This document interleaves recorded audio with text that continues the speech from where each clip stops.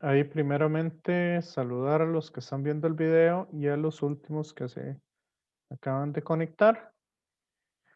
Entonces, la clase de hoy vamos a trabajar un poco lo que es la parte ya de magnetismo como tal. Entonces, voy a empezar a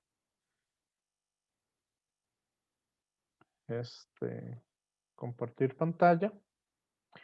Entonces vamos a ver un poco lo que son los campos magnéticos y lo que es la fuerza magnética. ¿Ok? Pregunta, ¿ya tienen claro lo que es un campo eléctrico? Compañeros, compañeras.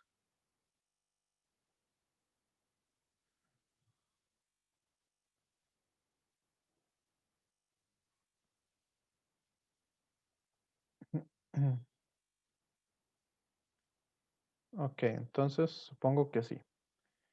Bueno, acá vamos a tener entonces lo que son los campos magnéticos, que es algo similar a lo que son los campos eléctricos. Nada más que en lugar de electricidad, ahora vamos a trabajar con magnetismo. Y acá tenemos también lo que son las fuerzas magnéticas. ¿Ok? Entonces ahí, primeramente, este tema es la segunda parte del curso. Ya les había dicho anteriormente que el curso se va a desarrollar en tres partes principales, las cuales son la primera parte, todo lo referente al campo eléctrico y a las fuerzas eléctricas. La segunda parte, que es todo lo referente al magnetismo. Y la tercera parte, que es ya la unión de la electricidad y el magnetismo, ¿verdad? Lo que es propiamente conocido como el electromagnetismo. Entonces, de eso va a tratar un poco las ¿Cuál de cosas. las tres partes es la más compleja, profe? Para mí, la primera, campo eléctrico y fuerzas eléctricas. Porque si usted ya tiene ese conocimiento, como es conocimiento nuevo, entonces es un poco más difícil de absorber y un poco más difícil de entender. La parte de eh, magnetismo es complejo por sí mismo, pero ya ustedes tienen un background que es la parte de electricidad. Entonces, por eso ya no se vuelve tan extraño el tema. Eric, Entendí. sí, entonces esa es un poco la idea. La parte de ondas electromagnéticas, bueno, lo que vemos aquí en el curso es bastante sencillo y la parte de ondas también es bastante, eh, de, perdón, de óptica, que es del mismo tema del electromagnetismo. Eso también es algo un poco más sencillo. Entonces ahí lo van a ver, digamos.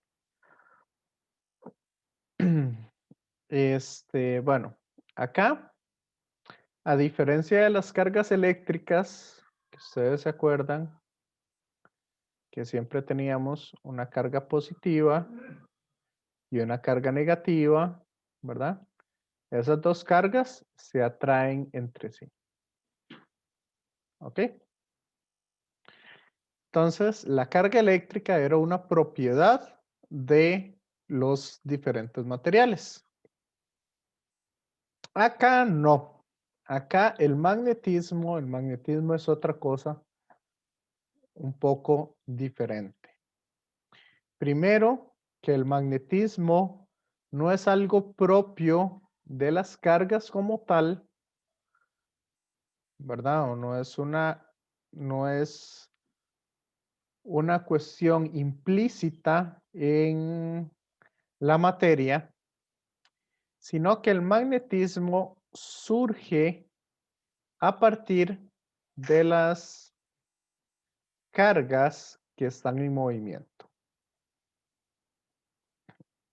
Entonces, ¿qué pasa dentro de los átomos? Dentro de los átomos, ¿se acuerdan ustedes? Tenemos el núcleo, donde ahí las cargas se están moviendo, pero el movimiento es bastante pequeño dentro del núcleo. Pero los electrones que tenemos alrededor del núcleo, esos electrones se mueven y se mueven bastante rápido.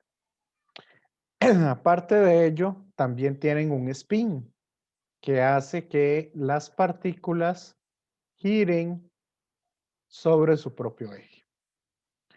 Entonces, como ustedes ven, en la naturaleza las cargas eléctricas no están quietas, nunca. Por eso es por lo que se crean los campos magnéticos. ¿Me siguen con esto?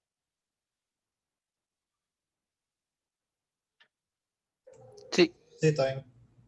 Ok, entonces, por esas razones, nosotros al magnetismo o a las polaridades del magnetismo, ¿verdad? A diferencia de las cargas, que podemos tener una carga positiva o una carga negativa, en el magnetismo siempre aparecen las cosas en pares. Entonces, por eso cuando ustedes tienen un imán, el imán tiene una parte que se le llama el polo norte y una parte que se le llama el polo sur. Entonces, eso va a generar campos magnéticos, ¿verdad? Que ahí van a atravesar básicamente los materiales. Entonces ahí vamos a tener campos magnéticos entre sí. Y eso sí lo tienen en común. Entonces, como tienen dos caras o dos polos, a uno de ellos se le llama el polo norte y al otro se le llama el polo sur. ¿Ok? Esto haciendo referencia a que los primeros imanes que se encontraron tenían la peculiaridad de que siempre apuntaban hacia el norte. Entonces, dentro de las primeras cosas que se hicieron con imanes fueron las famosas brújulas. ¿Estamos claros hasta acá? Sí. Ok, otra cosa importante es que el polo norte, si tengo dos polos opuestos, las cosas se atraen, mientras que si tengo los polos iguales, las fuerzas se repelan. ¿Estamos claros hasta acá? Sí, profe. Ahora, ¿alguna vez se les ha quebrado algún imán? ¿O han quebrado algún imán? Sí, ¿Qué pasa cuando se quiebra un imán? se le quita el magnetismo.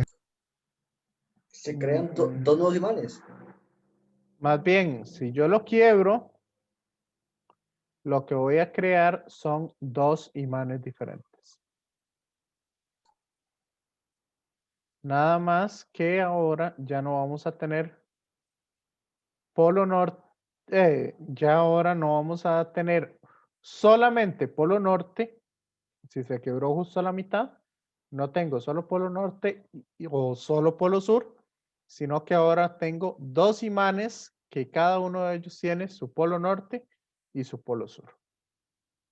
Por eso les digo, no en la naturaleza no conocemos o no se conocen o no se han logrado observar lo que se conocen como monopolos magnéticos.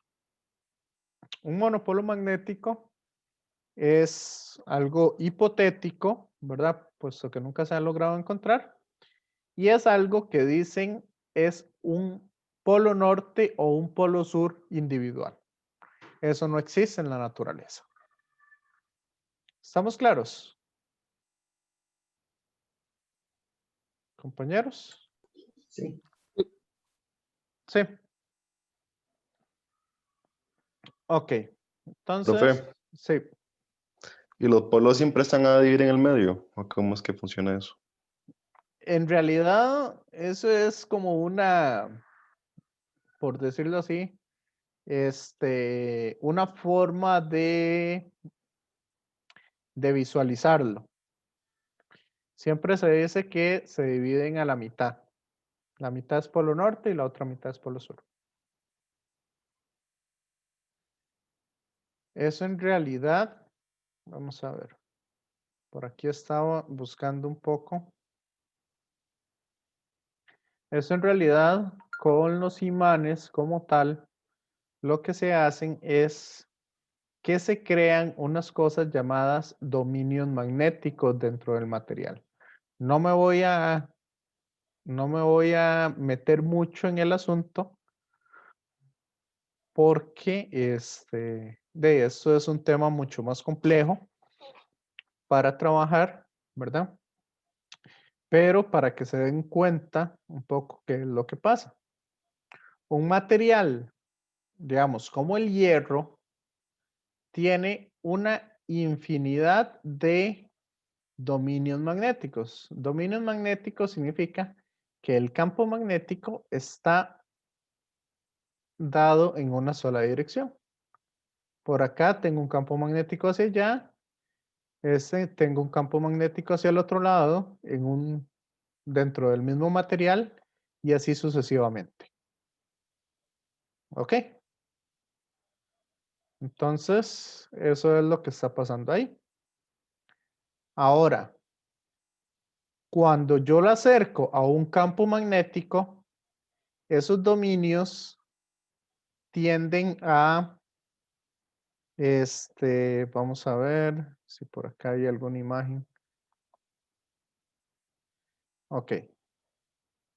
Esos dominios magnéticos en materiales ferromagnéticos, lo que hacen es que tienden a alinearse en una misma dirección. ¿Ok? Entonces, por eso es por lo que son atraídos por imanes. Hay otros que no tienen mucho de eso.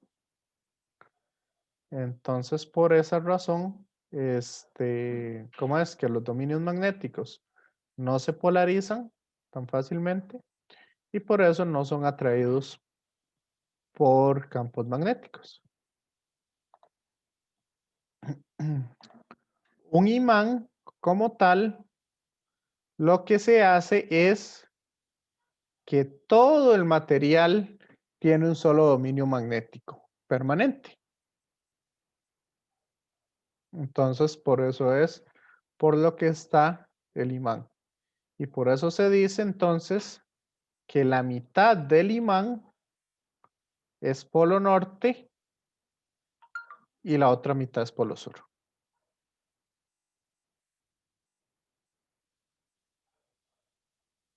¿Estamos claros con esto?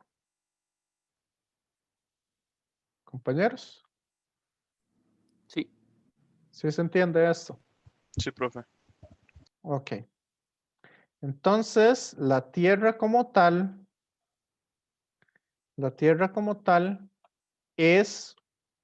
se podría decir que es un imán gigante. ¿Ok? Entonces, viéndolo así, si aquí tenemos la Tierra, antes de poner la imagen, porque quiero quiero que lo desarrollemos. Aquí tenemos la Tierra y esta vamos a decir que es un gran imán. ¿Ok? Entonces, ¿cuál sería el polo norte magnético de la Tierra?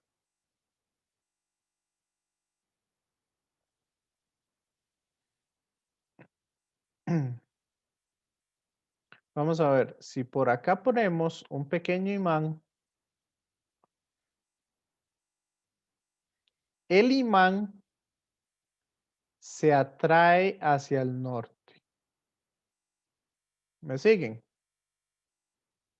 Entonces, esta parte que estoy dibujando en blanco, como me lleva hacia el norte de la Tierra, entonces a esta parte yo le llamo el norte magnético en el imán. ¿Me siguen? Sí. Entonces, si ese es el norte del imán, ¿cuál es el norte de la Tierra? El norte magnético de la Tierra. El mismo, ¿no? Al No, contrario, porque ¿qué pasa? ¿Qué pasa si tengo dos polos iguales? Ah, se repelen, sí, entonces sería el no. contrario. Correcto. Por eso, el norte magnético de la Tierra está en el sur terrestre. Ah, ya. ¿Está claro esto? Sí. Sí, Una bruja apunta hacia el norte, sería el sur. correcto. Sería el sur magnético. Ujú, Por eso es por lo que quedó al revés en la Tierra. ujú. ¿Ok? En la Tierra, el norte magnético es en realidad el sur geográfico. Y el norte geográfico es el sur magnético. ¿Estamos claros con eso? ¿Me van siguiendo con eso? Sí. Sí. Sí. Ok, eso es algo que cuando uno lo empieza a ver, uno dice como, ¿qué? ¿Cómo es posible que el norte sea el sur y el sur sea el norte? Entonces, en realidad va un poco por ese sentido. Entonces, eso para que lo tengan en cuenta.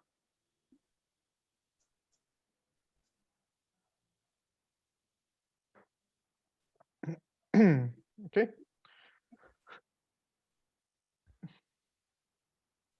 Entonces, por lo que les había dicho anteriormente, yo les había dicho que más o menos tomamos que a la mitad del imán no es que sea así 100%, ¿verdad? Pero es una forma de visualizarlo más simple. Entonces, uno dice que la mitad del imán es sur y la otra mitad es norte. En realidad, lo que pasa es que hay una disposición de los dominios magnéticos dentro del material. Ahora, si el imán se quiebra, se cae y se quiebra en dos partes, si el imán se cae y se quiebra en dos partes, entonces a veces los dominios se reacomodan y no va a quedar exactamente el norte donde estaba el norte en el imán anterior. Pero sí, por ser un tipo de imán, entonces sí van a crearse dos nortes y dos sur dentro de los nuevos dos imanes. ¿Está claro eso? Compañeros. Sí, profe. Sí, me van siguiendo. Ok.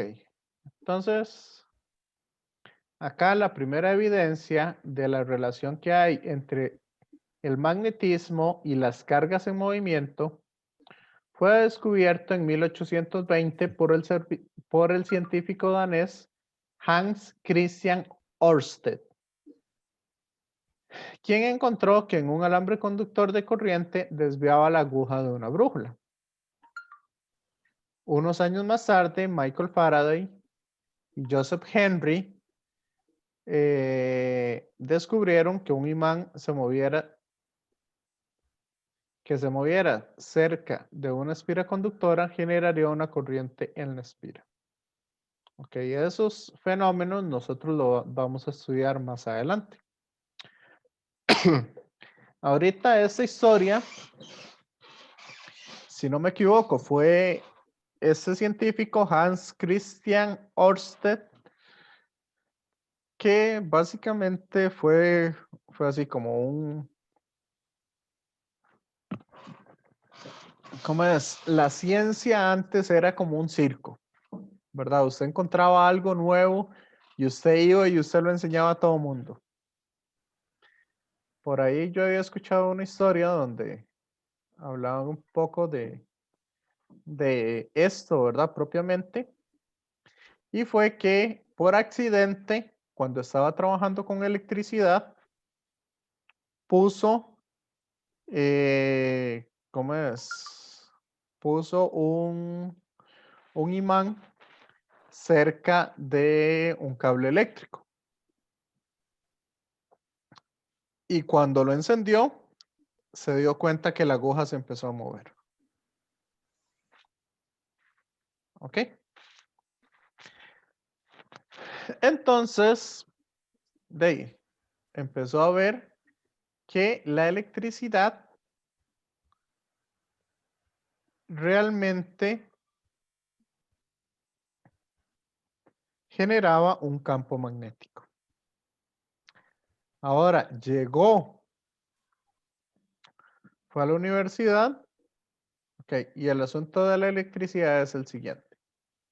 Aquí yo tengo un cable eléctrico que tiene una corriente eléctrica hacia allá. Entonces, uno con la ley de la mano derecha, si usted sigue la corriente, al cerrar los dedos se da cuenta de la dirección del campo. O sea, el campo magnético que se genera va a estar alrededor siguiendo esta dirección. ¿Ok?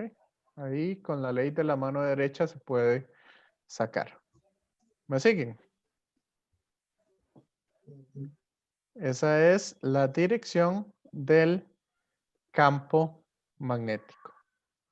Por lo tanto, si usted agarra y usted pone acá su brújula y la brújula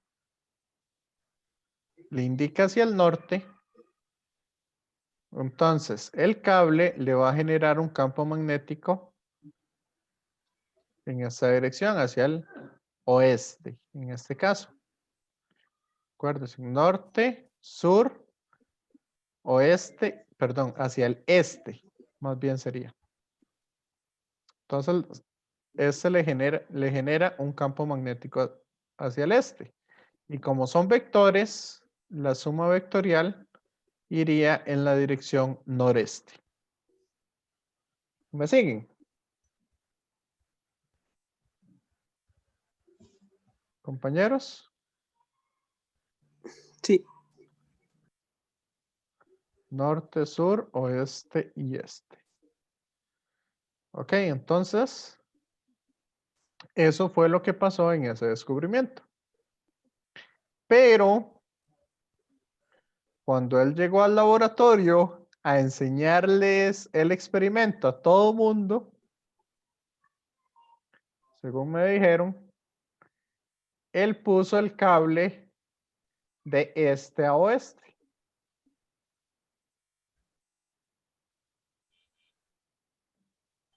Entonces, ¿qué va a pasar en ese caso? Cuando usted tiene la brújula apunta hacia el norte. ¿Cierto?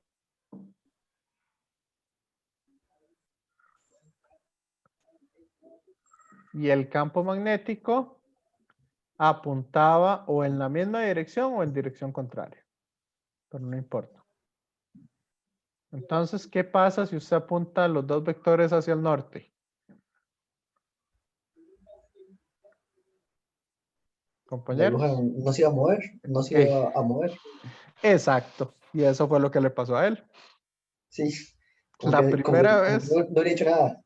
Exacto. Llegó a enseñar algo sumamente novedoso, algo nuevo, y no pasó nada. Al final ya se dio cuenta qué fue lo que pasó y todo eso y ya lo arregló. Pero creo que la primera demostración sí fue un fracaso en ese sentido.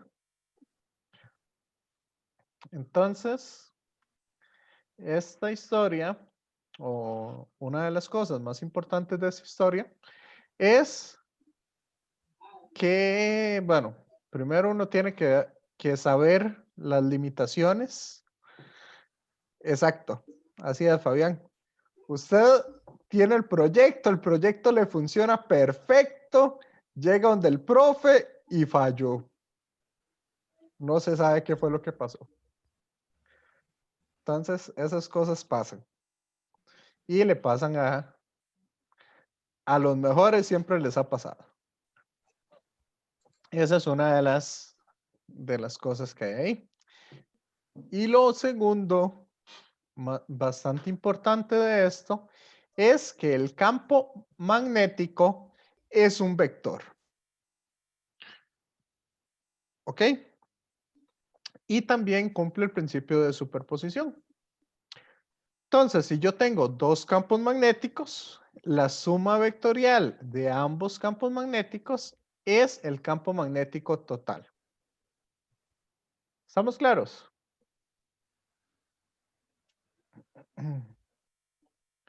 Ok, entonces dice aquí, ahora sabemos que las fuerzas magnéticas entre dos cuerpos se debe fundamentalmente a las interacciones entre los electrones en movimiento en los átomos del cuerpo. Yo les dije que los electrones son los que más se mueven, más velocidad llevan y por lo tanto el campo magnético va a ser un poco mayor. Las interacciones eléctricas y magnéticas están íntimamente relacionadas. En los siguientes capítulos vamos a desarrollar los principios unificadores del electromagnetismo, culminando con las expresiones de tales principios. ¿Ok? Esto es lo más importante. Las ecuaciones de Maxwell. Que cuando lleguemos ahí, eso es como, por decirlo de esta manera, el resumen en 4 ecuaciones de todo el curso de Física 2. Y todo y cualquier otro curso de electromagnetismo. O sea, todo el electromagnetismo se puede resumir en 4 simples ecuaciones. ¿Ok? Profe, ¿a los imanes se les puede cambiar la dirección del polo?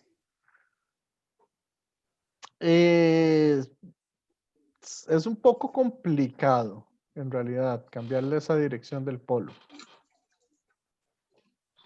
El asunto sería,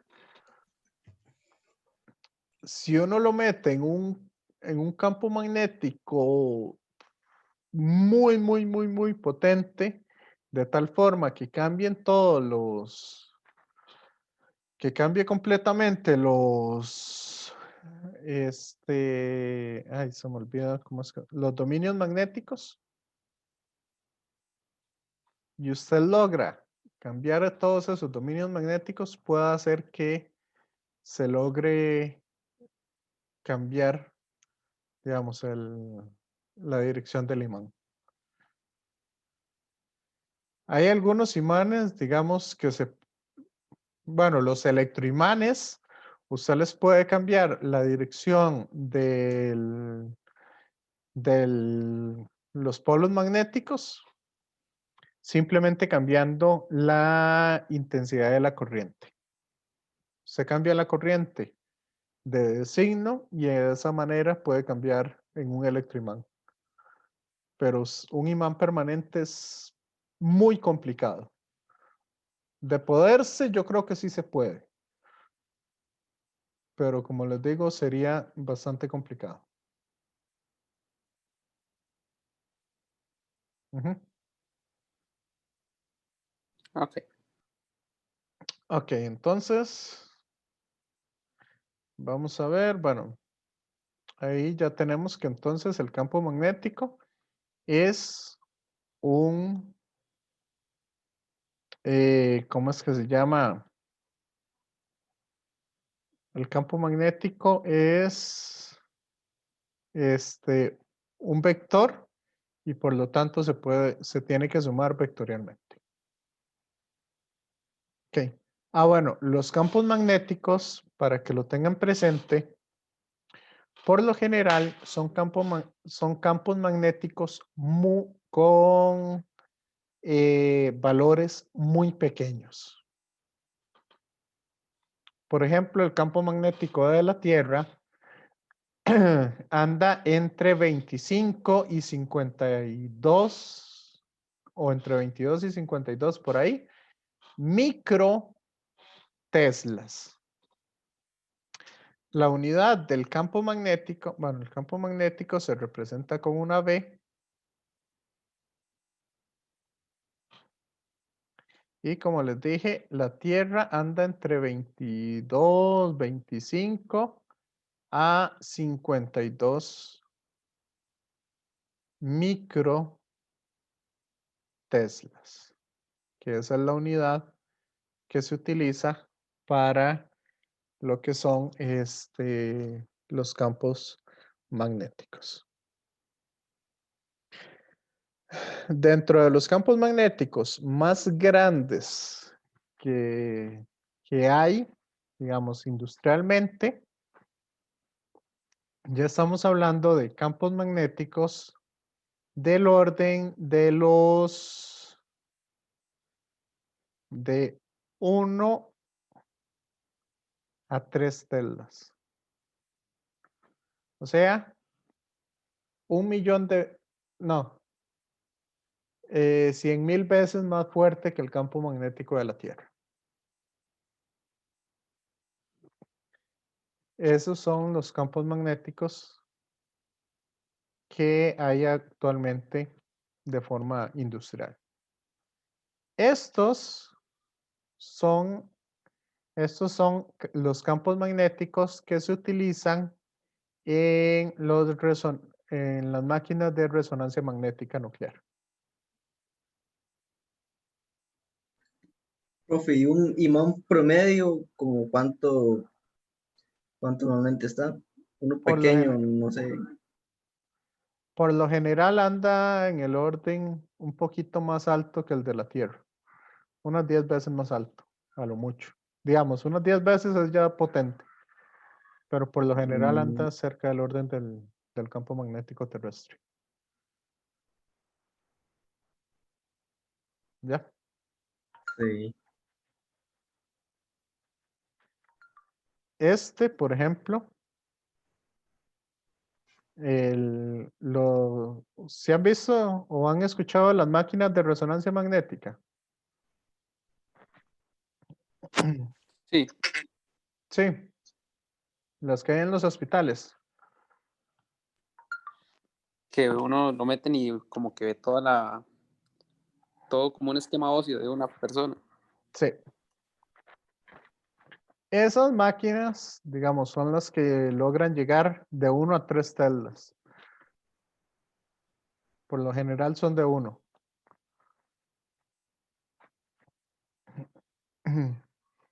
Y esas máquinas, digamos, para poder mantenerlas es bastante costo.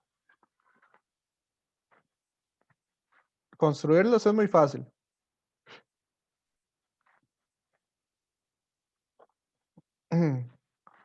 ¿Ustedes saben cómo está hecha una máquina de resonancia magnética? No, los he visto en una serie nada más. Con Ajá. muchos imanes. No, pues, ni un imán.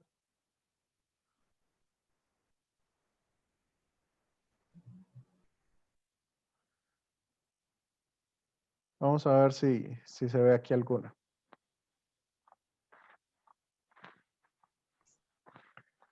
No decía que estaban abiertas. Google me mintió. Me mintió Google. Ponga desarmadas tal vez.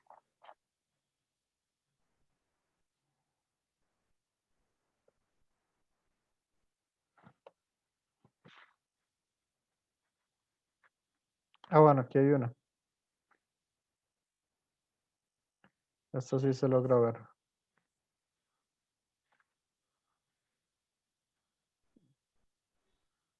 Voy a quitar un toque el video porque ahí me estorba. En realidad, bueno, no se ve mucho. En realidad, esta máquina o una máquina de resonancia magnética es simplemente un montón de cables enrollados sobre sí mismo. Eso es una bobina. Esa es una máquina de resonancia magnética. Nada más que el cable del que está hecho es material para poder llegar al orden de 1 a 3 microteldas. Tiene que ser material superconductor.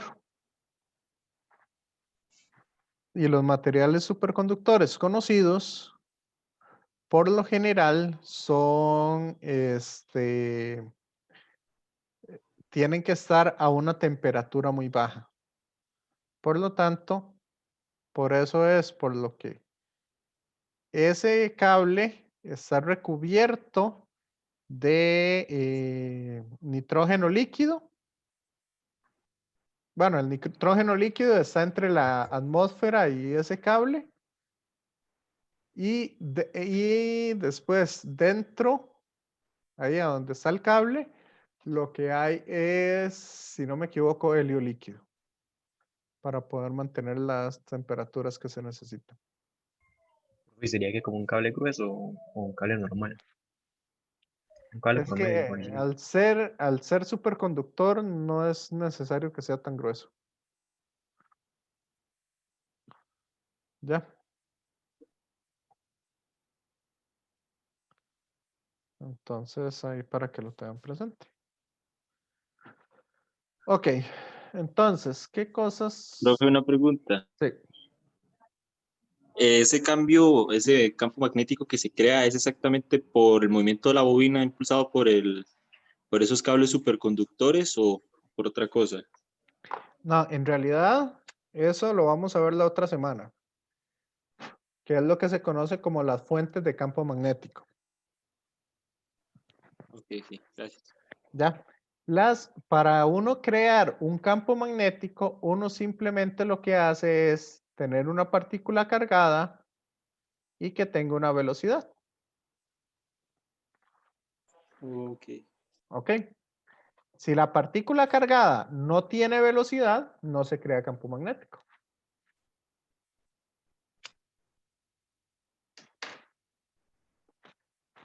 Entonces, por el cable, ¿qué hacemos?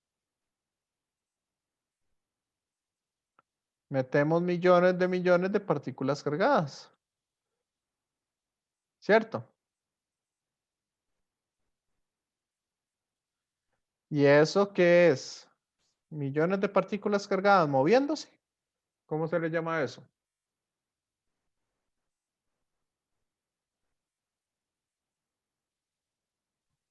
¿Alguien? Corriente. Eso es la corriente eléctrica. Entonces, si le metemos una corriente eléctrica bastante alta, podemos generar eso. Entonces, si el cable es muy delgadito, si es demasiado delgado, o digamos, dependiendo de los materiales, algunos cables resisten cierta corriente. Si pasa más corriente de esa, simplemente se revienta.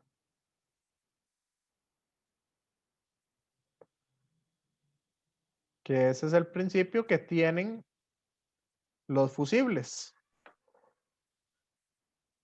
¿Ustedes han visto lo que es un fusible? Yo no. No. En su casa hay cuchilla. Breaks. Ah, hay breaks. Ok. Es que en casas un poco viejas sí hay cuchillas. Sí, cuando pasa una alta corriente se queman esas cuchillas. Sí, básicamente lo que se hace, lo que se hacía antes, creo que es de aluminio, o eso era lo que me parecía. Se ponía una latita muy delgada de aluminio. Entonces, cuando había una sobrecorriente, se quema el fusible es que se rompe. Cuando ustedes van y compran un fusible para algún aparato, lo que tiene es un cablecito que parece un pelo, un cabello humano, y eso entonces, cuando usted ve que el cable está roto, significa que el fusible no sirve. Y eso pasa mucho en el laboratorio. Cuando ustedes conectan en paralelo un amperímetro, se le va el fusible inmediatamente. Ah, es como los protectores que traen como para los rayos. Eso es un fusible. Sí. Ok. Sí, entonces, eso evita sobrecorrientes. Y la idea es que el resto del circuito funcione, como no se dañe y que solo se dañe ese cablecito, que es mucho más fácil de reemplazar.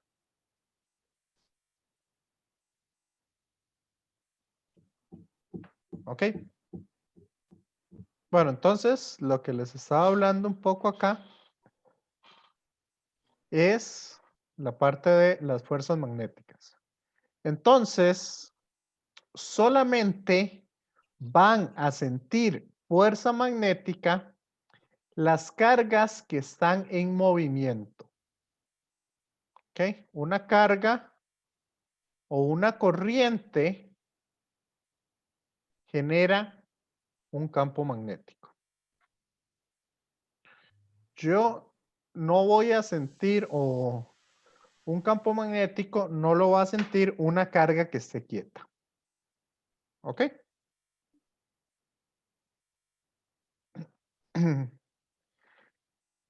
Y después el campo magnético va a ejercer una fuerza sobre cualquier otra carga en movimiento. Si no hay campo magnético, si no hay movimiento, no hay fuerza magnética o no hay campo magnético. Y lo siguiente es que el campo magnético siempre va a apuntar hacia fuera del polo norte y hacia adentro del polo sur. Esa es un poco, digamos, la forma en que vamos a decir que se mueve el campo magnético. Entonces va hacia afuera del polo norte y hacia adentro del polo sur. Va de polo norte a polo sur, siempre. ¿Está claro? Esa es la convención que se tiene. Entonces, para que lo tengan en cuenta. Cuando dice de polo norte a polo sur, ¿se refiere al polo geográfico o al polo magnético? Magnético.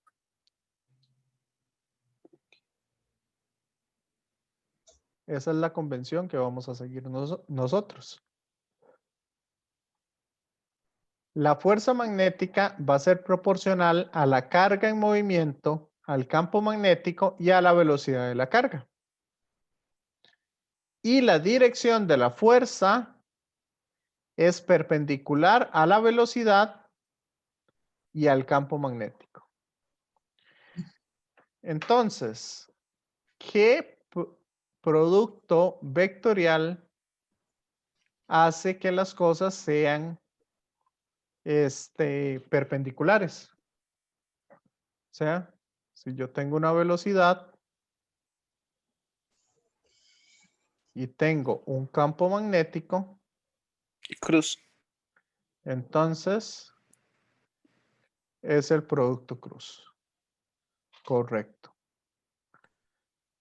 Entonces lo vamos a trabajar en 3 dimensiones porque no hay otra. Y vamos a decir que es el producto cruz.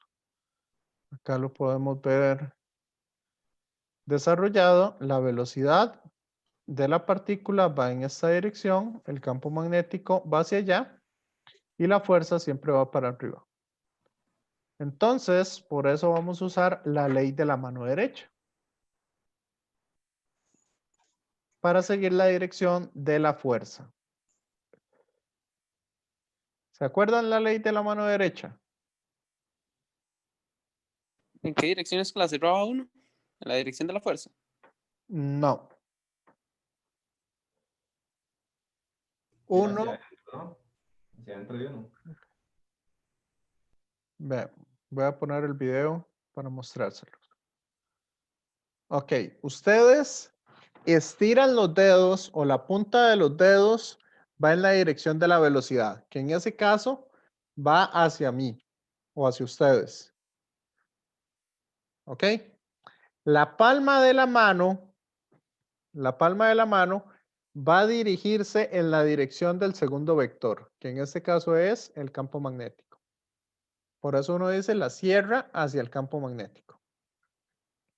Entonces, viene hacia mí, la cierro hacia el campo magnético, ¿hacia dónde apunta el dedo gordo? Hacia arriba. Hacia arriba. Entonces, básicamente la mano se la ponen aquí. Los dedos van en la dirección de la velocidad. La palma de la mano apunta al campo magnético. Y el dedo gordo le va a indicar la dirección de la fuerza. ¿Lo ven?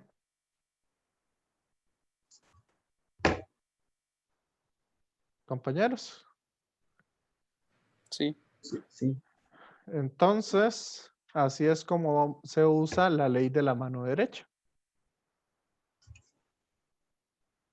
Para una carga positiva. Por eso les había dicho que la corriente, nosotros la que vamos a usar es la corriente convencional, para que no se nos haga, no se nos complique el resto de situaciones.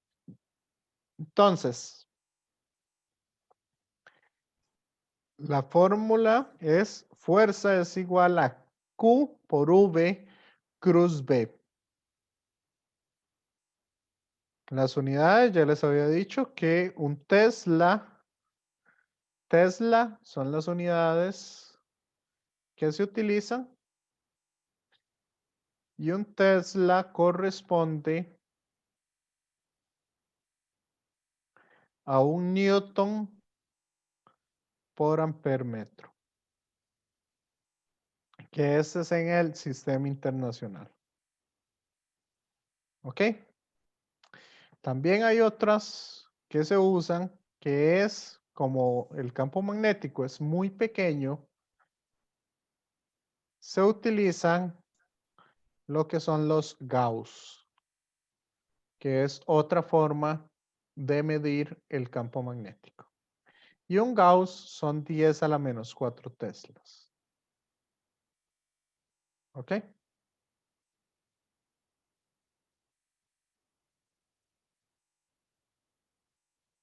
Entonces, para que lo tengan en cuenta. ¿Estamos claros con esto? ¿O cómo lo van sintiendo? Compañeros, compañeras. Compañeros, Todo creo bien. que no hay. Sí, no hay ninguna compañera hoy. Entonces, todo bien. Ok. Entonces, si quieren, hagamos este ejercicio y tomamos un receso. ¿Les parece? Para que tomen unos 10 minutos. Como la parte de hoy es muy teórica, En ese iría hacia abajo, ¿verdad? en este, correcto, la fuerza magnética iría hacia abajo.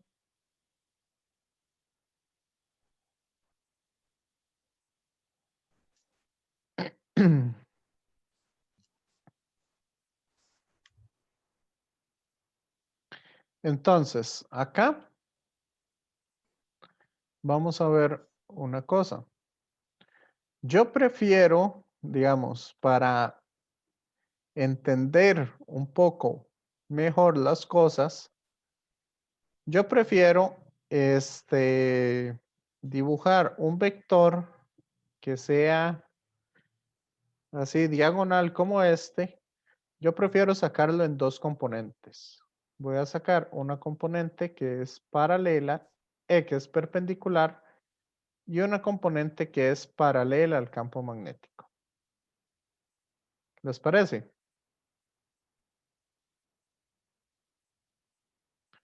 Entonces, esta velocidad va a ser igual, o esta componente de la velocidad va a ser la que es perpendicular. Entonces, la componente perpendicular va a ser, en este caso, la velocidad por el seno de 30. ¿Me siguen? Compañeros, compañeras. Bueno, compañeros. Y en este otro caso, la componente paralela al campo magnético va a ser igual a la velocidad por el coseno de 30.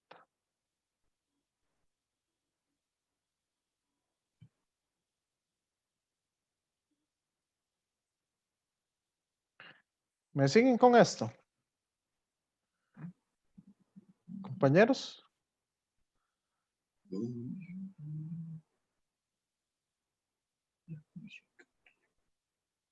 Entonces dice aquí un haz de protones, o sea, la fuerza, como ya el compañero nos dijo qué dirección lleva, la fuerza va en la dirección menos J, por la ley de la mano derecha. ¿Me siguen? Sí. Entonces, lo que vamos a multiplicar va a ser la carga por la velocidad que sea perpendicular, o sea, por la componente perpendicular de la velocidad,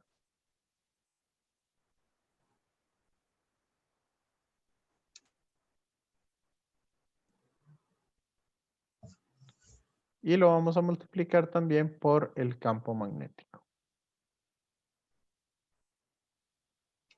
¿Ok? Ya tenemos la dirección. Entonces, ¿cuál es la carga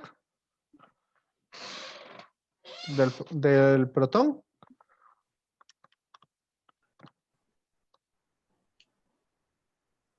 -19. Ajá. 1.602 por 10 a la menos 19 o 1.6 por 10 a la menos 19 multiplicado por la velocidad, que sería 3 por 10 a la 5 por el seno de 30 por la magnitud del campo magnético, que son 2 teldas. Y eso me da una fuerza entonces de 4,8 por 10 a la menos 14 newton.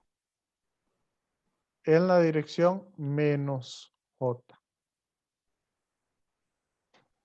¿Está claro? Sí.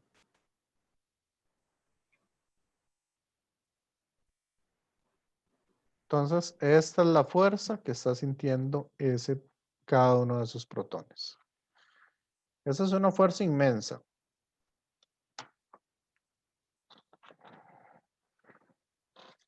Esa es una fuerza muy grande.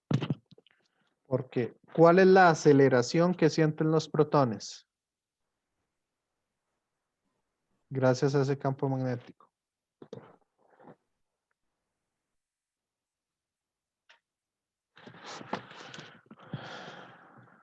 Aceleración es fuerza entre masa.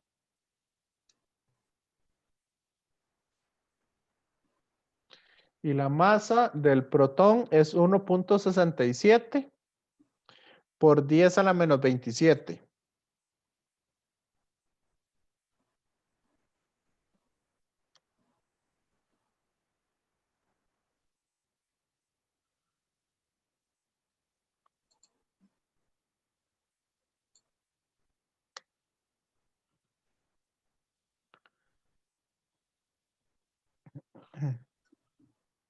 Está sintiendo una aceleración de aproximadamente 2,87 por 10 a la 13 metros por segundo. Eso es lo que acelera el protón bajo ese campo magnético. Es una forma más fácil de entender esto.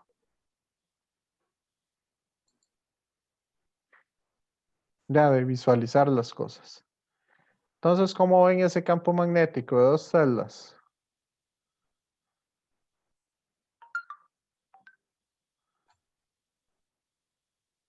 Súper grande.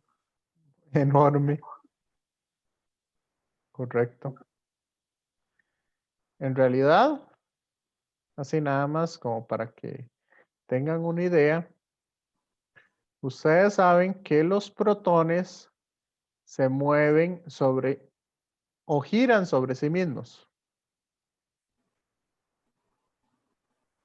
Compañeros. No sabía yo eso. Sé que No. estaba en el núcleo, pero no sabía que Sí, ellos giran sobre sí mismos.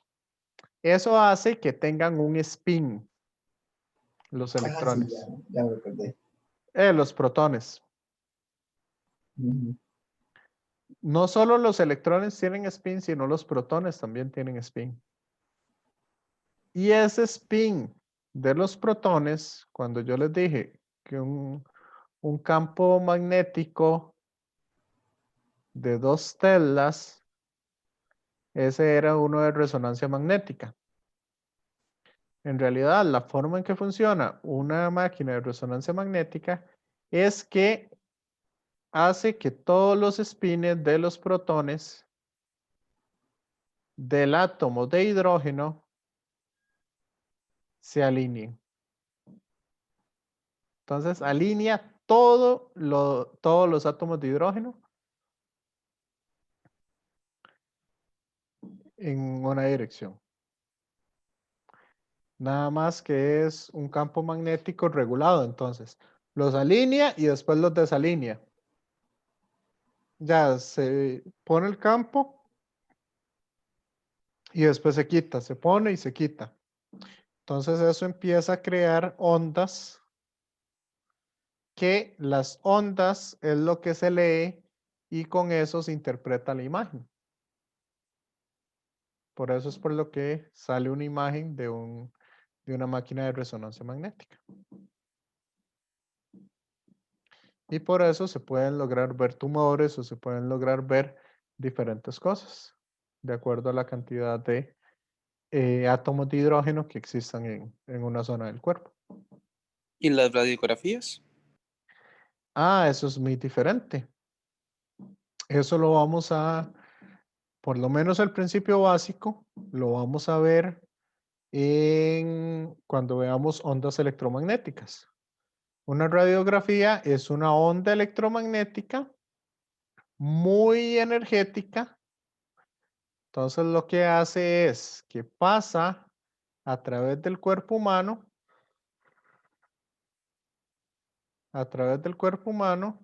pasa la radiografía. Bueno, ahí supongamos que ese es un cuerpo humano. Entonces, las ondas, esas energéticas, cuando atraviesan el cuerpo, en las partes un poco, digamos, es que son más densas, pero no es densidad de densidad, sino es una, se le llama igual densidad, pero es lo que es menos absorbente a la onda, que es por ejemplo la piel casi no absorbe esas ondas electromagnéticas. Los huesos y algunas otras sustancias sí absorben más. Entonces lo que va a pasar es que en la parte de atrás existe un material que es fotosensible, que lo que hace es que cuando usted le pone radiación, empieza a quedarse más claro o se empieza a oscurecer. Creo que sí, en este caso lo que hace es que se pone más claro y entonces así usted logra ver el cuerpo humano. Usted logra ver el cuerpo humano y logra ver los huesos. Cuando usted tira una radiografía, lo que se ve más claro son los huesos, porque es donde menos material le llega. Entonces, esta, por lo general, entre más ondas le caigan, más oscuro se pone. Entonces, por eso los huesos se ven blancos. Ahí. Y la piel se ve más oscura. Entendido. Ese es un poco el funcionamiento de una máquina de rayos X. Igual de ustedes pueden hacer una máquina de rayos X con el conocimiento que tienen hasta el momento. Es algo muy simple. Ustedes hacen una diferencia de potencial entre dos placas. Aquí nada más tienen un montón de electrones. Hacen que los electrones pasen por esta placa, sigan en línea recta y después se estrellen, se detengan. Cuando una partícula cargada se acelera, esta va a emitir ondas electromagnéticas. Entonces, ese es todo el funcionamiento de una máquina de rayos X. Simple, ¿verdad? ¿O no? Compañeros, de entender con el conocimiento que tienen hasta el momento, nada más lo que hacen es una diferencia de potencial para darle velocidad. Cuando tiene ya mucha velocidad, simplemente la hacen que se estrelle contra algún material. Por eso, acá, por lo general, lo que se pone es tungsteno o molibdeno, que cuando usted calienta el tungsteno o el molibdeno, este empieza a soltar electrones. Y el blanco que se escoge también es de tungsteno. Tungsteno es el más más conocido. Entonces llega, chocan los electrones y ese cambio en la velocidad o esa aceleración, desaceleración que tienen, genera lo que son las ondas electromagnéticas. Y la cantidad de energía o la cantidad de velocidad que llevan, eso me va a decir qué tipo de onda es la que está saliendo.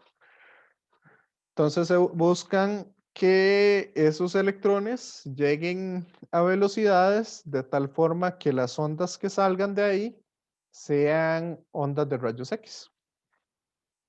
Esa es la idea general. Pero bueno, ya me salí del tema. No sé si quieren, tomamos un descanso de unos, ¿qué? 10 minutos. Compañeros. ¿O quieren continuar? Profe, y si mordemos los 10 minutos por el final, salimos 10 minutos antes. No sé, me da igual. Más que todo, les digo es porque es bueno estar teniendo recesos. Más bien yo siempre les digo que me avisen con los recesos y nunca me avisan. Entonces, ¿qué dicen? Compañeros, seguimos. Mejor para el final, profe.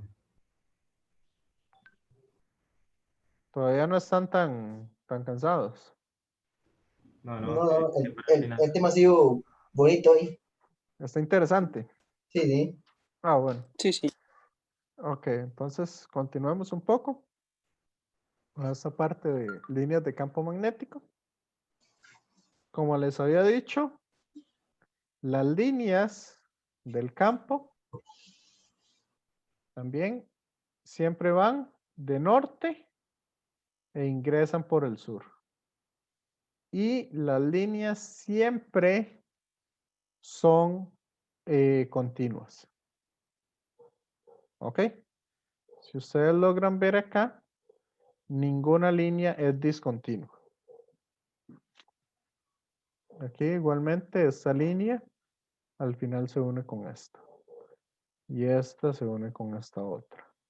Y ahí van todas de una manera continua. Entonces, por eso, el flujo eléctrico, el flujo magnético, ¿se acuerdan qué era el flujo?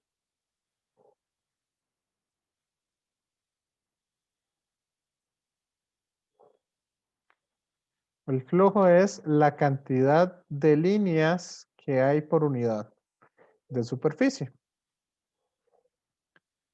Entonces, si ustedes ven, aquí hay más líneas que por acá. Por eso es que entre más yo me aleje del imán, menos intenso va a ser ese campo magnético. Acá nosotros le vamos a dar diferentes utilidades a ese flujo magnético. Nada más para que lo tengan ahí en cuenta. Ok, cuando yo tengo un cable con una corriente eléctrica, ese cable va a generar un campo magnético. Como les dije, ese campo magnético va a ser de forma circular alrededor del cable. Entonces las líneas de campo magnético van a ser líneas circulares. Ahora, para adelantarles un poco, ¿qué dirección van a tener ese campo magnético? Acá podemos usar la ley de la mano derecha un poco diferente. Vamos a usar la ley de la mano derecha un poquito diferente para que lo tengan en cuenta. Para sacar la dirección. En este caso, ustedes van a poner el dedo gordo en la dirección, el dedo gordo de la mano derecha, ustedes lo van a poner en dirección de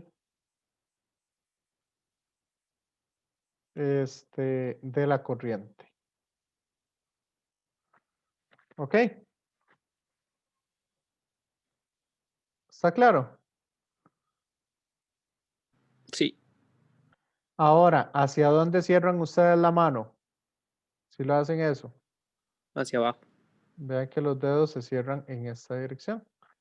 Entonces, la dirección acá, en este punto, es hacia abajo. Y en esta parte de acá es hacia arriba. Y si ustedes tienen la mano arriba, es hacia la derecha. Entonces, la corriente va para allá. Entonces, cuando ustedes cierran la mano, la dirección en que va cerrando la mano es la dirección del campo magnético. Que esa es la otra forma de utilizar la ley de la mano derecha. ¿Les quedó claro?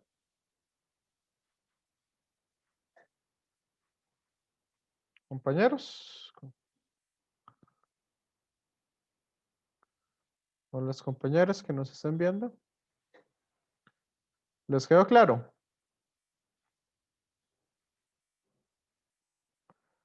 ¿O hay dudas con esta ley?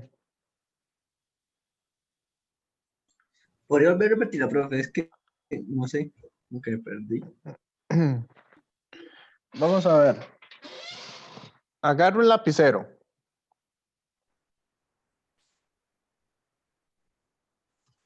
Así es más fácil. Siga con el dedo gordo, usted sigue la corriente. En su mano derecha.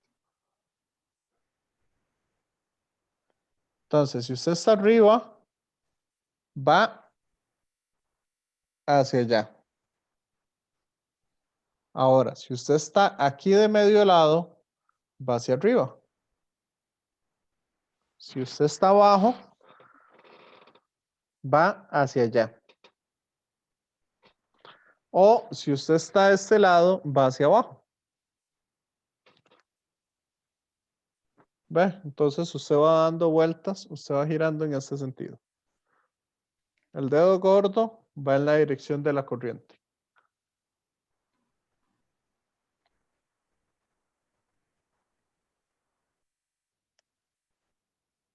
¿Me sigue? Ahora sí. Sí, ahora sí. Y ahora sí, Jeffrey. Entonces, Sí. eso es un poco otra forma de usar la ley de la mano derecha aquí para seguir la dirección del campo magnético. Entonces, ahora sí, ya ustedes no necesitan hacer tanto producto cruz, sino simplemente con la ley de la mano derecha ya obtienen las direcciones.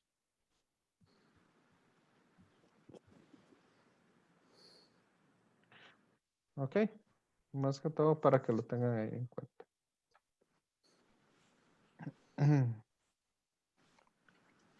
Ok, bueno, aquí tenemos diferentes formas. Por ejemplo, cuando tenemos un imán que es en forma de herradura, lo que pasa es que en el centro el campo magnético es casi paralelo,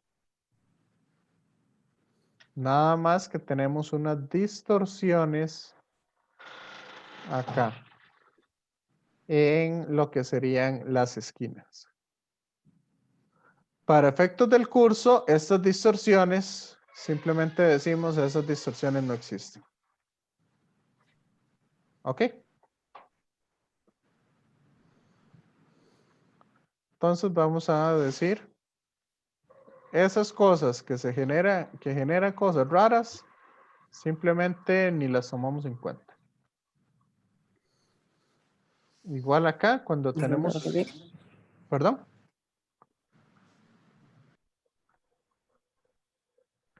No, este es un imán. Un imán en forma de ¿cómo es que se llama esto? De herradura.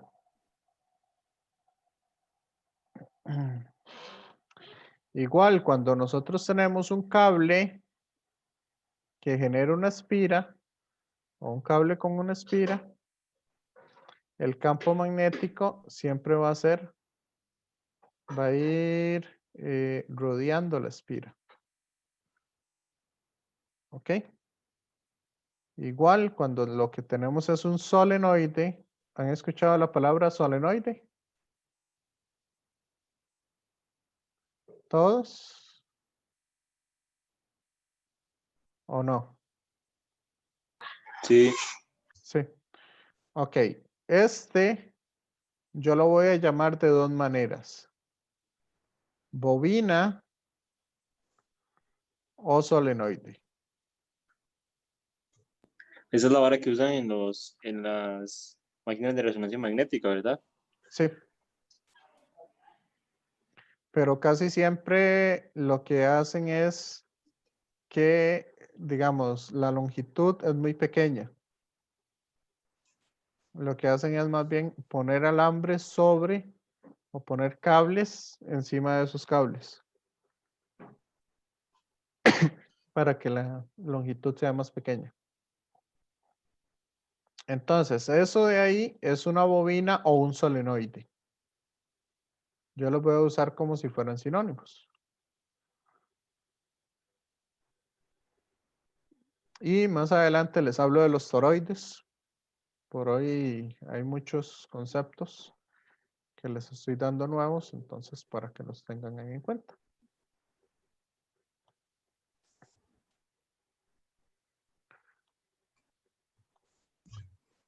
Ok.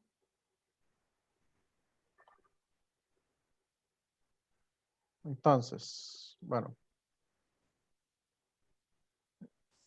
Las líneas de campo, casi siempre, digamos, cuando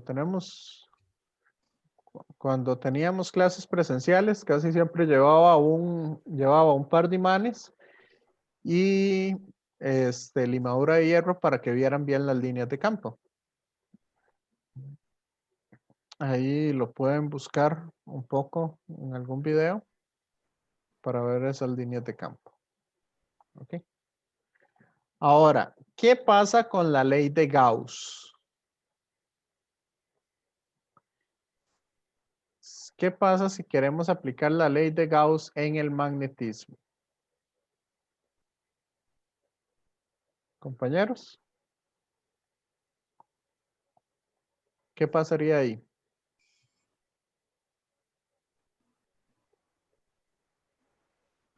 La ley de Gauss nos dice que si tenemos una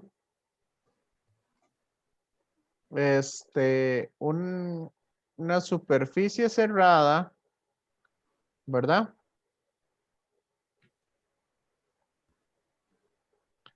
Entonces, el flujo total a través de esa superficie cerrada es ¿qué?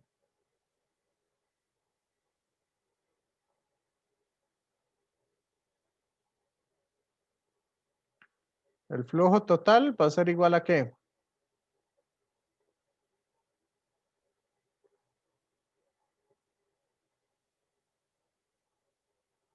A la integral cerrada. En este caso no va a ser el campo eléctrico, sino el campo magnético.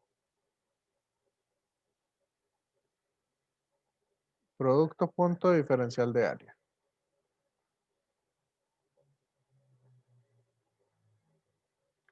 Y esto es igual a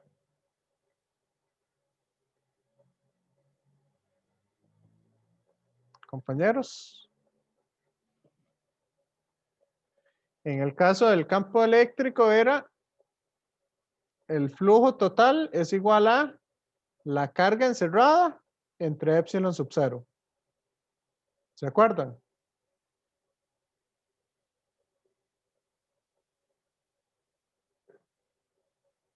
¿O no se acuerdan de eso?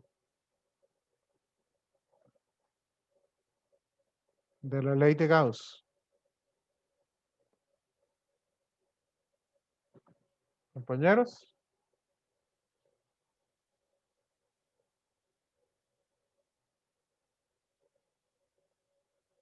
No, yo no me acordaba. No se acordaba. Ok.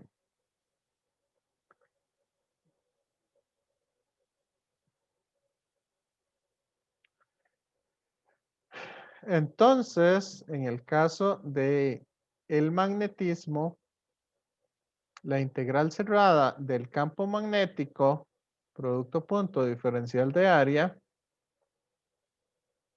en este caso sería mu sub 0 multiplicado por el polo que yo tenga encerrado. Nada más que, ¿qué pasa cuando tengo un imán?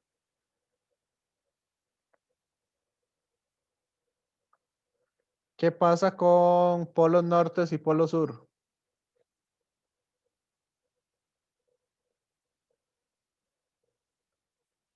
Compañeros, ¿cuánto de polo norte voy a tener encerrado y cuánto de polo sur voy a tener encerrado? Al final de cuentas, La misma cantidad, ¿no? la misma cantidad. Entonces, ¿cuál es el monopolo que voy a tener?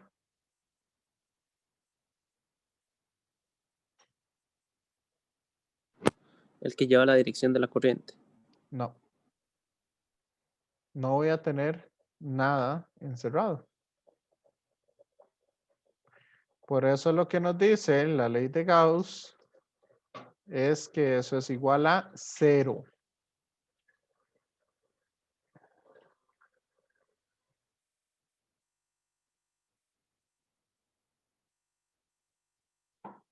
Entonces,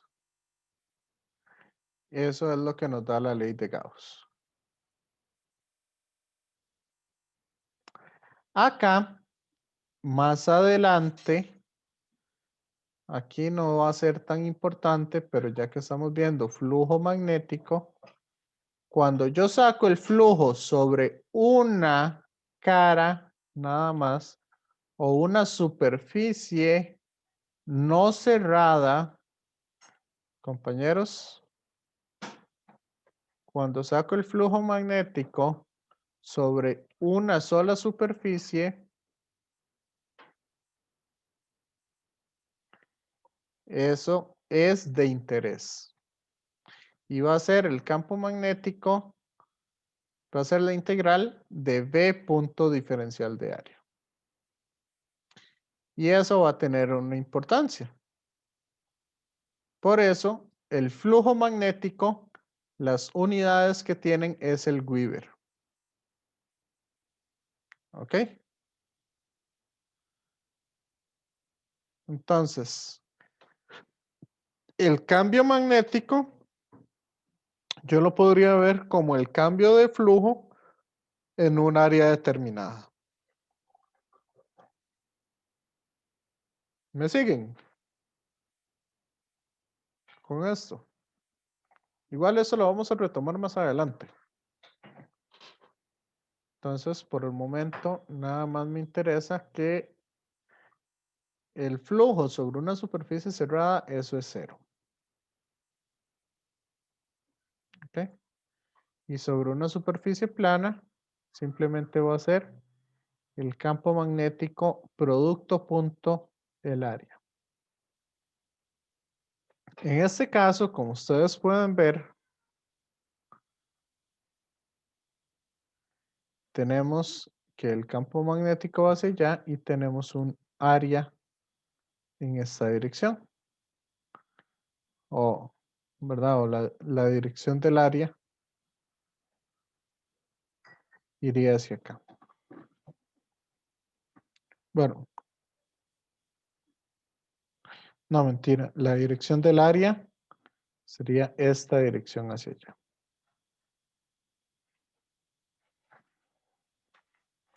Acuérdense que siempre es perpendicular a la superficie. Entonces, ¿cuánto me daría la integral de V punto el área? Punto diferencial de área. Compañeros.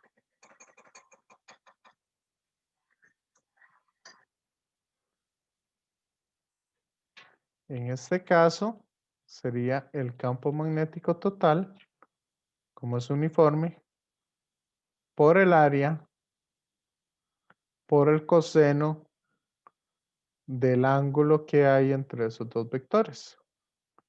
Y el ángulo que hay entre los dos vectores, aquí nos dicen que son 60 grados. Entonces, acá, ¿cuál sería la magnitud del campo magnético?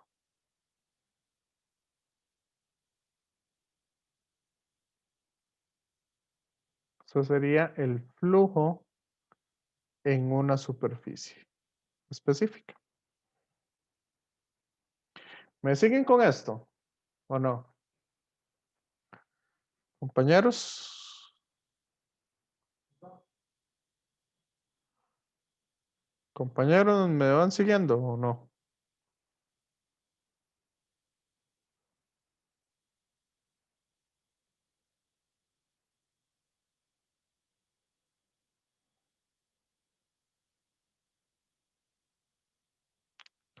Por lo tanto, el campo magnético va a ser el flujo entre el área coseno del ángulo.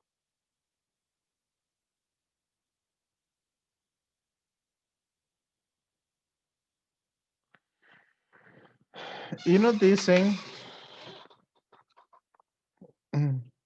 que el flujo es 0,9 por 10 a la menos 3 Weber.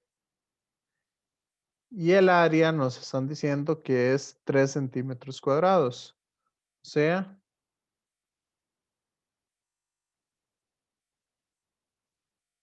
3 por 10 a la menos 4 metros cuadrados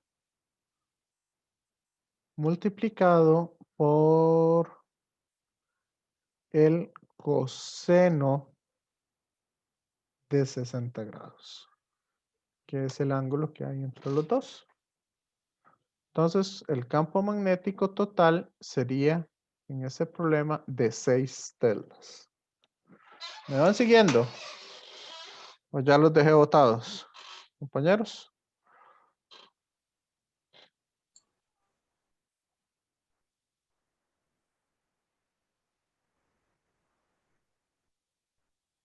Jeffrey, ¿Podría volver a explicar? No sé, creo que sí me perdí un poco. ¿en dónde se perdió? Esa fórmula me había perdido. La del flujo magnético. Sí. Ok. Y además ese Weaver, no sé qué es, ¿a cuánto equivale?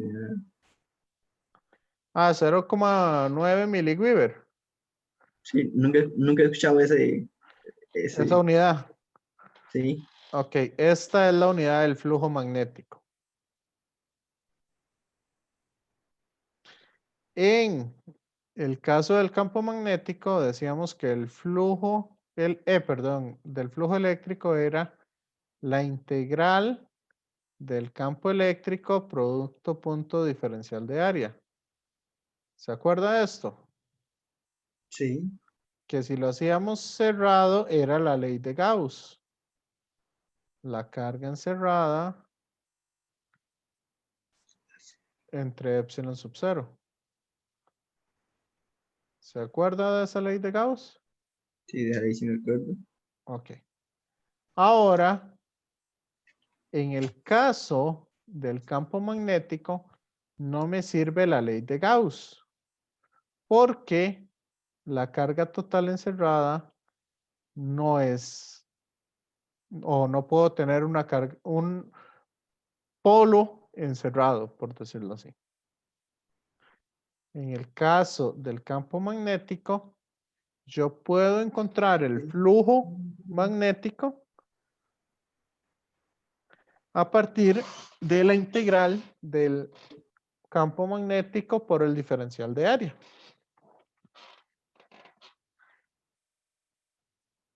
Eso sí. Sí, Ya me sigue. sí. Ahora sí lo sigo. Ok. Entonces, yo solamente lo voy a hacer para una cara. no para una superficie cerrada. Las unidades de este flujo magnético son los Weber. ¿Ya? Ujú. Entonces, en este caso, como el campo magnético es uniforme en toda la superficie que yo estoy teniendo acá, como es uniforme en toda esta superficie, ¿verdad? El campo magnético. Entonces, yo sé que la integral del producto del campo por el diferencial de área es simplemente multiplicar el campo por el área que tenga. Y como es un producto punto, tiene que ser en la misma dirección del campo magnético. Entonces, por eso estamos sacando que serían 60 grados la dirección, el ángulo que hay entre el vector área y el vector campo magnético. ¿Me sigue? Sí. Entonces, de aquí, yo despejo el flujo magnético. Perdón, despejo el campo magnético. Entonces, el campo magnético es el flujo entre el área por el coseno del ángulo.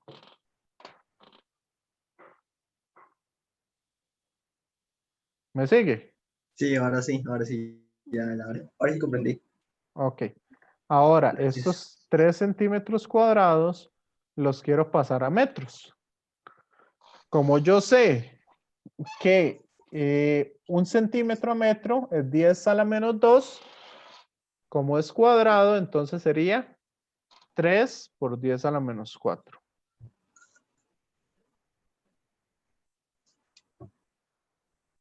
Tres por 10 a la menos 4 metros cuadrados. Ese es el área que yo tengo.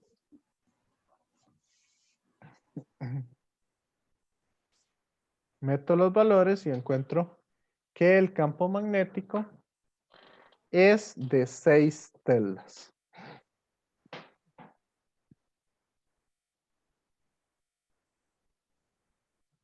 Para un flujo de 0,9 miliweber. ¿Está claro? Y ahora sí. Sí, sí, ahora sí. Ujú. Si quieren, dejemos esta parte para esta otra parte, sí se las quiero explicar con más detalle. Y sí, esto otro lo podemos ver el viernes. Y el viernes podemos empezar fuentes de campo magnético, que las fuentes se supone que las vamos a ver la otra semana. Entonces, quedamos hasta acá. Profe, una pregunta. Sí. El miliweber lo pasó, también lo convirtió, ¿verdad? A Weber. Correcto. Eso sería entonces 0,009. Sí.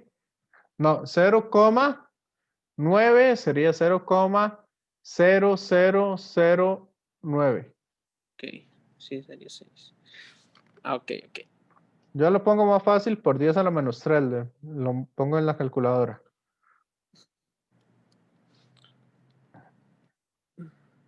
Ah, ya. Y ahora sí le dio 6. Sí. Sí. Ah, ok. Profe, le iba a preguntar para cuándo es que estaba el otro quiz. El próximo quiz.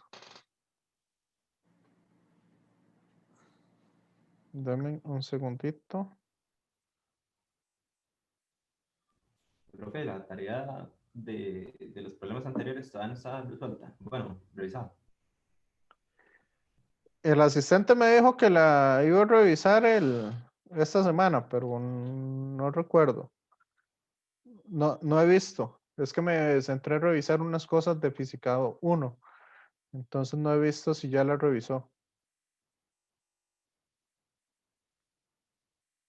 Vamos a ver, tarea 2 se entrega en semana 9. El Que examen sería- corto sería en semana 10. Ok. El Igual examen que los corto anteriores, 3. ¿verdad? Que el tiempo hasta... Esto lo pone el sábado, creo, o mediodía, y lo entregamos. Ustedes me dicen qué día lo ponemos. El primero, ustedes me dijeron que lo pusiera viernes a mediodía y sábado a mediodía. Profe, El segundo lo pusimos de sábado a domingo. Sí, Sí, ese lo vemos la otra semana, mejor. sí, ustedes me dicen si prefieren de viernes a sábado, de sábado a domingo, o si lo quieren miércoles o cuando lo quieren. Ok, ok. ese porque es que vale 10%, ¿tiene más procedimiento o es más largo? Es que vea, estos son 3 capítulos y también es un poquito más largo. Y se va a dar más tiempo. Es que a mí estos quizzes pasados no lo logro sacar A mí casi. tampoco, profe. ¿No lo No me- logran sacar en el tiempo? el- No, ni cerca. ¿Cómo? Muy poquito tiempo, profe. Sí, Muy demasiado poquito poco. tiempo. Sí, yo le... ¿Está dando cuánto es? 45 minutos, creo. ¿Sí? Sí, no lo logro. Muy poco. Y si este tiene más procedimiento y Ya. más cosas. Ah, no, a este por supuesto se le va a dar más tiempo. Digamos, el tiempo no va a ser de 15 minutos. Y los pasados, si ustedes ven, es que en realidad no íbamos a hacer 6, sino íbamos a hacer solamente 5 exámenes cortos. Entonces, por eso se decía que los porcentajes que íbamos a agarrar eran 5. El primero lo dividimos en 2. Uno solo para el capítulo 21 y uno para el capítulo 22 y 23. Este ya tiene 3 capítulos, entonces por eso es por lo que son 10%. Bueno, pero ojalá sí poder dar un poco más de tiempo. Sí, digamos, el tiempo sí va a ser un poquito mayor, porque vamos a tener más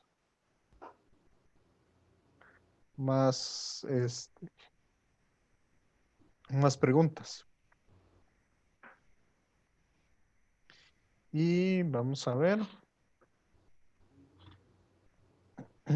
Sí, entonces por ahí es por donde andan. Más o menos ese es como el cronograma aproximado que tenemos. Esto puede variar un poquito, entonces para que lo tengan en cuenta. Profe, yo tengo una dudilla ahí en el penúltimo problema de la tarea. Entonces no sé, tal vez lo podemos ver ahorita. Ok, si quieren, entonces ahí voy a despedirme de los que están viendo el video para atender más dudas.